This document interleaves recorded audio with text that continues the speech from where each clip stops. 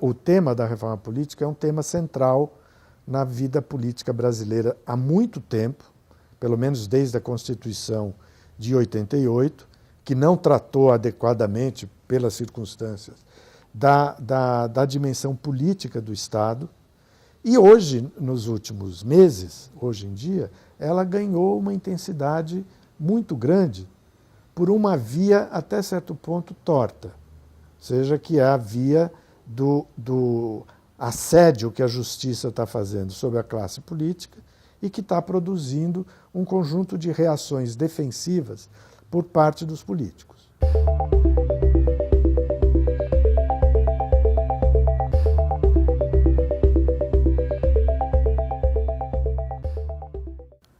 Então, a reforma hoje, ela tem a ver essencialmente com isso e com certas mudanças localizadas que foram feitas mais recentemente, de uns anos para cá, e que complicaram a operação político-eleitoral dos políticos brasileiros. Basicamente, a questão do financiamento eleitoral, que foi uma mudança que foi feita aí, tirou de cena a possibilidade do financiamento empresarial e generalizou, criou uma dificuldade muito grande para saber como custear as campanhas. As campanhas são muito caras, tem um aparato mercadológico de mídia cada vez mais intenso, os partidos são muito numerosos e muito mal organizados, o que deve encarecer ainda mais as campanhas, e tudo isso acaba criando um clima meio de pânico, de medo dos políticos,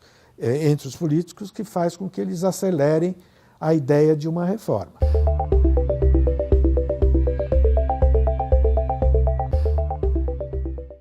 Né? Agora, nós temos que pensar, creio eu, em duas coisas. Primeiro, qual é a chance, quais são as chances de qualquer tipo de reforma, boa, má, radical, moderada, o que seja, ser aprovado no contexto atual.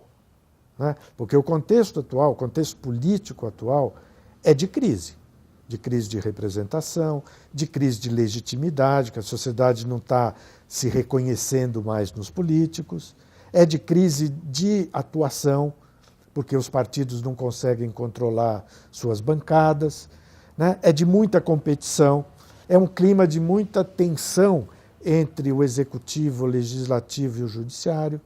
Tem o próprio judiciário, que é um ator importantíssimo hoje, ele não caminha de forma unificada.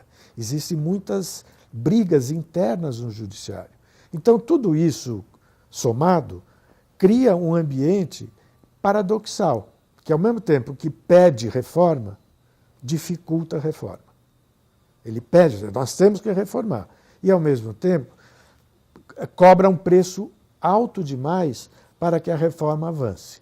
A gente vê a Previdência nesses dias, né? Ela foi posta na mesa com caráter estratégico, fundamental, não vamos ceder, a nossa proposta é fechada, etc. E aos poucos ela foi sendo fatiada, negociada, e nós não temos tanta certeza assim de qual será a reforma aprovada, se é que alguma reforma será aprovada no Congresso Nacional em tempo hábil. No caso da reforma política, eu acho que se tem um cenário parecido, né? Com esse agravante, que é o fato dos políticos estarem querendo agora a reforma para criarem uma espécie de cordão de proteção que os salve a pele deles, digamos assim, e torne viável a apresentação de candidaturas o ano que vem. O tema da reforma da lista fechada, por exemplo, é um tema complicadíssimo de se discutir, né? Porque a gente pode olhá-lo de duas maneiras. Uma é dizer assim, pô, que bom que estão pensando em reforma em lista fechada, porque isso fortalece os partidos, disciplina os partidos, obriga os partidos a estabelecerem critérios internos mais rigorosos, né, a definirem com maior clareza quem são os aliados, os companheiros de chapa, chapas que identifiquem programaticamente o partido. Então, de um ponto de vista inicial, a lista fechada é positiva, né? Agora, ela está aparecendo no cenário como um mecanismo de proteção para os deputados.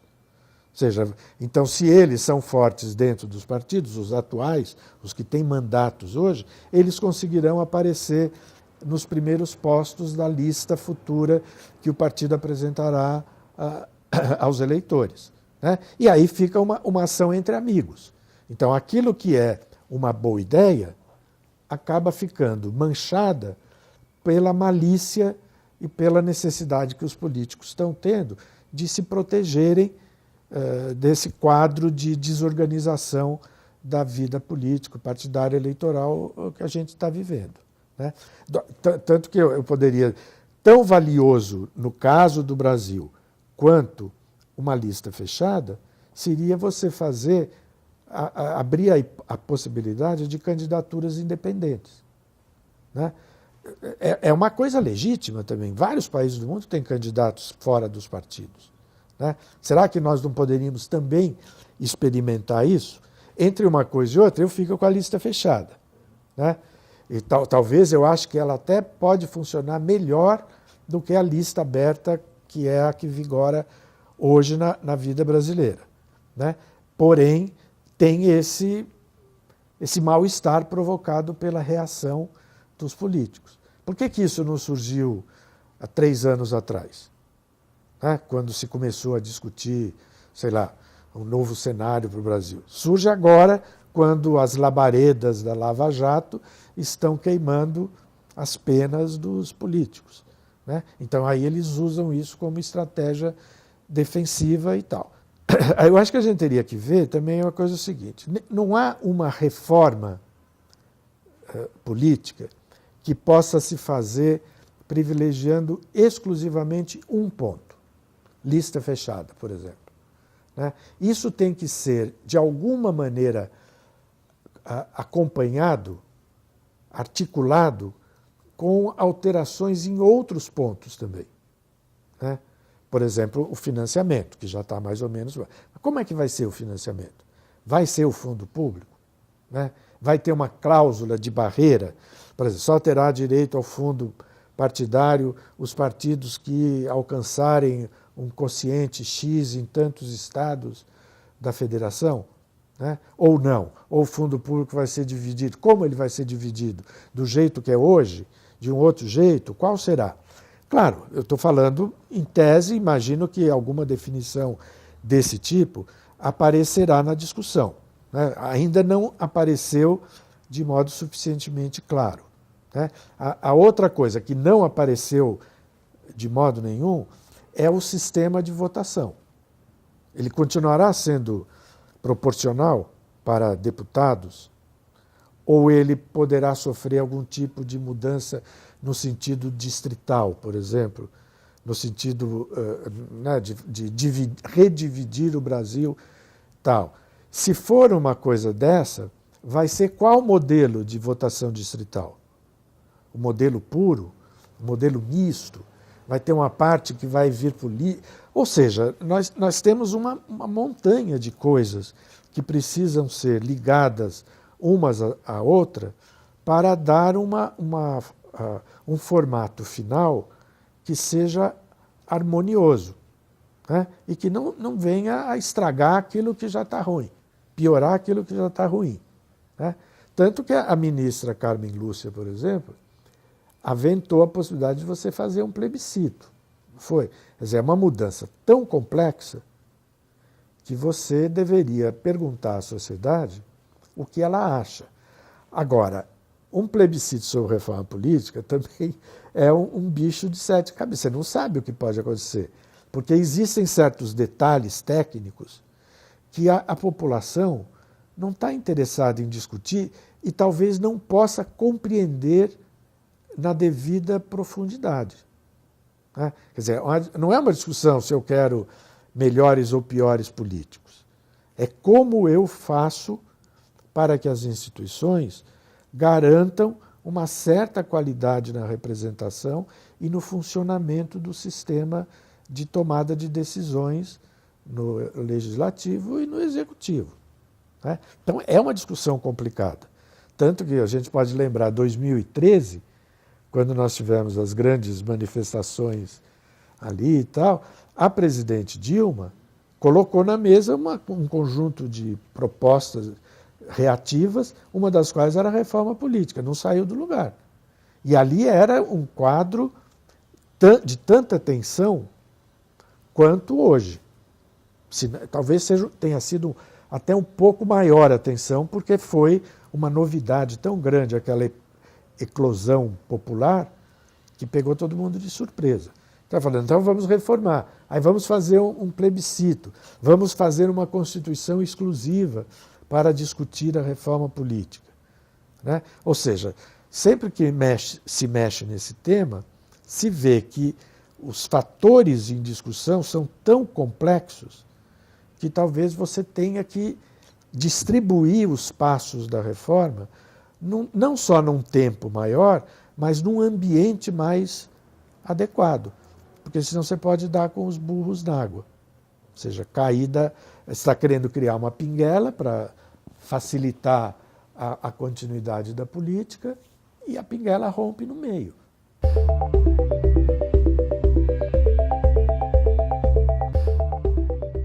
Uma outra coisa que eu gostaria de falar é assim. Você tem a reforma política, que é uma tentativa de modificação das regras de funcionamento do sistema. Então você vai mexer no modo de se votar, no sistema eleitoral, no sistema partidário, né, basicamente, no sistema de financiamento eleitoral, digamos assim. É basicamente disso que se trata quando se fala em reforma política. Agora, a aposta que se faz é que se você tiver, a aposta geral que se faz, todo mundo aposta nisso, é que se você tiver boas regras, feitas com critério, de modo racional, de modo equilibrado, de modo totalizante, sem muitas arestas, você produzirá incentivos que vão mudar a conduta dos políticos. Né? Essa é a aposta. Vamos reformar o sistema, porque se nós tivermos um bom sistema, nós teremos bons políticos. Ou, o que é a mesma coisa, mas falado de outra maneira, nós teremos menos espaços para os maus políticos. A gente cortará as asas dos maus políticos graças à virtuosidade das leis, das regras. Agora, isso é uma aposta. Né? Pode funcionar e pode não funcionar. Porque é da natureza humana, vamos falar assim, que os homens procurem fazer das instituições coisas que sirvam a eles. Né? Não é uma coisa humana, inquestionável, que os homens se adaptem às instituições. Há uma luta entre a conduta, uma tensão, uma luta entre eles, homens, e regras. Há uma medição de força. Eu quero que as regras sirvam aos meus interesses. Eu não vou me escravizar às normas. Eu posso aceitá-las, se eu estiver convencido do valor inquestionável delas. Né? Se eu não estiver convencido, eu burlo as normas. Eu invento um caminho alternativo de adaptação das normas, mesmo que elas não sejam inteiramente desrespeitadas. É uma adaptação. Né? Não é assim, o nosso sistema político vem lá dos anos 40. Ele sobreviveu já há quase um século, vamos dizer assim, com ajustes, mudanças, mais autoridade, mais cerceamento, mais isso, mais aquilo, mais liberdade, etc, etc. Algumas mudanças foram importantes, alteraram a estrutura do sistema, né, em parte, mas não foi refundado o sistema. Né. Eu estou dizendo isso para dizer assim, que tão importante quanto a reforma do sistema é alguma coisa que possa produzir efeitos naquilo que a gente poderia chamar de cultura política, as ideias políticas, o modo como as pessoas, no caso, sobretudo os políticos, se comportam ao fazer política. Né? Por exemplo, você fala assim, a corrupção. A corrupção é um problema do sistema ou é um problema da cultura? Né? Qualquer corrupção. Claro, o sistema abre brechas que permitem que você ponha a mão do gato ali e puxe a brasa para a tua sardinha. Faça alguma coisa. Uma boa parte da corrupção política no Brasil vem pelos mecanismos licitatórios do Estado, compra e venda de produtos, né, de serviços por parte dos entes públicos, entes estatais. O sistema prevê isso. Só que dentro da previsão do sistema há uma série de maracutaias, como a gente fala, né, que vão roubando racionalidade do sistema e desviando recursos. Né? Então, o sistema ele está aí, e nem por isso ele tem coibido a corrupção. A corrupção vem, em alguma medida, porque se estabeleceu entre os políticos uma ideia de que fazer política é agir assim, agir de forma ilícita, dizendo que não é ilícito. Né? Quando você usa o caixa 2, é uma ilicitude que está na corrente sanguínea dos políticos. Tanto que um monte de gente passa a falar, bom, mas caixa 2 não é propriamente um crime, o crime é quando você enriquece, ou quando não sei o quê. Temos que distinguir o caixa 2 da corrupção. Né? Eu acho que temos mesmo, mas, de qualquer maneira, a caixa 2 é um mecanismo que está aí, produzido pela cultura dos políticos e dos empresários, porque não é só político também que tem a ver com corrupção. A corrupção é uma cultura, a cultura da corrupção, que se disseminou na sociedade brasileira, de maneira mais grave ou menos grave. Essa cultura da corrupção, ela é uma hipótese que eu utilizo para defender essa necessidade que nós temos de juntar a reforma do sistema com alguma coisa que mexa no modo como fazer política. Agora, é mais fácil você alterar as regras do que você mexer nas ideias. Porque mexer nas ideias tem a ver com, com tanta coisa, né? Você tem que ir lá na educação. O nosso político médio, ele é um brucutu, é um Fred Flintstone, é tosco.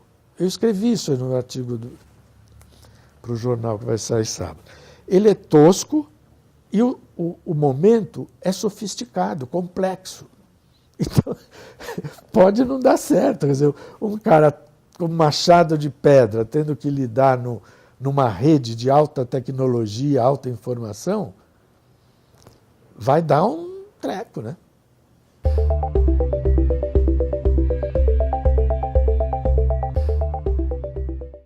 Eu acho que a gente teria que ponderar duas coisas.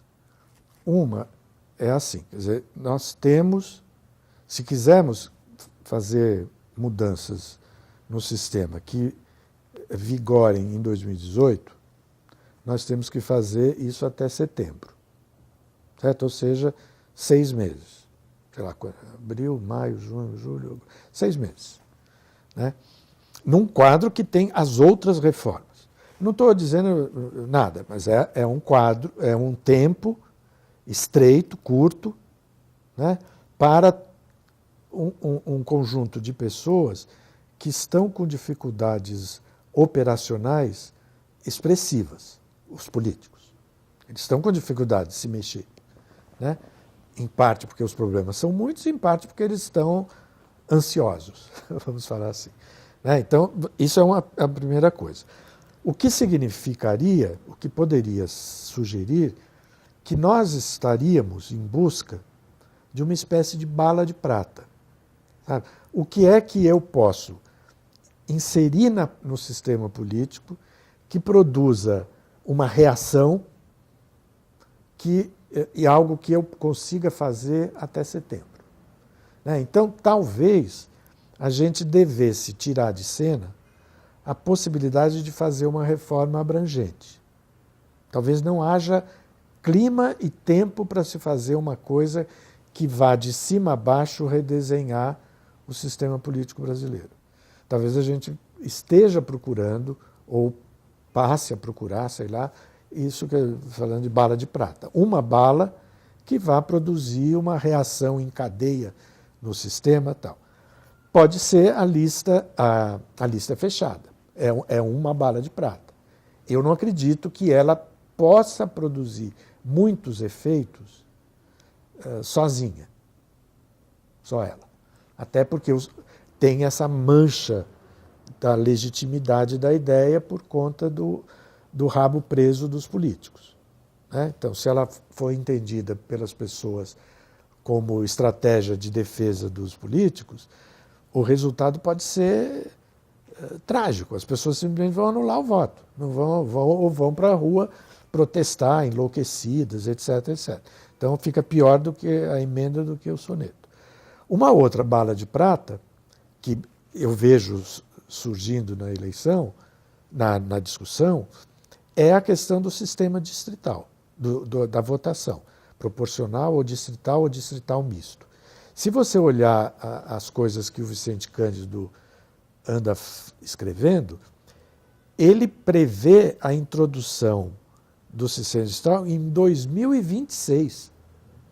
Né? Até lá, a gente vai continuar do jeito que está, para que os políticos, os cidadãos e etc., se adaptem à ideia de uma mudança, aí seria uma mudança forte no sistema, que vai vir acompanhada de várias outras coisas. E uma outra bala de prata, que talvez possa também produzir algum tipo de efeito, é a questão da proibição ou da suspensão das coligações em eleições proporcionais.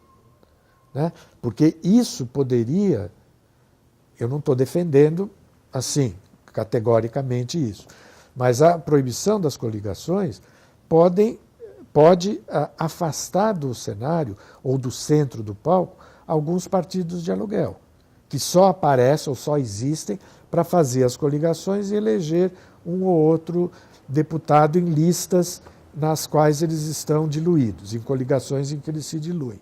Né? Então, poderia ser uma medida interessante, a gente teria que estudar isso. Né? Na política, aliás, não há nada líquido e certo. Essa que é a verdade. Faça isso, produzirá isso. Não é exatamente assim. Você pode fazer A, imaginando que vai produzir B e alcançar C, né? Por esses mecanismos da própria dinâmica política. Né? Então, eu não sei, eu acho que se eu fosse o dono do revólver, a minha bala de prata seria essa. Talvez com uma cláusula de barreira junto. Não tem coligação e os partidos terão que ter uma porcentagem de votos em tantos estados da federação para poderem ser partidos, para poderem ser mais do que legendas, vamos dizer assim. Né? Porque tem essa diferença. Uma coisa é um partido, outra coisa é uma legenda. Uma parte dos 35 partidos, não sei quantos são exatamente, não são partidos, são legendas. São promessas de partidos, que na maior parte dos casos não se cumprem.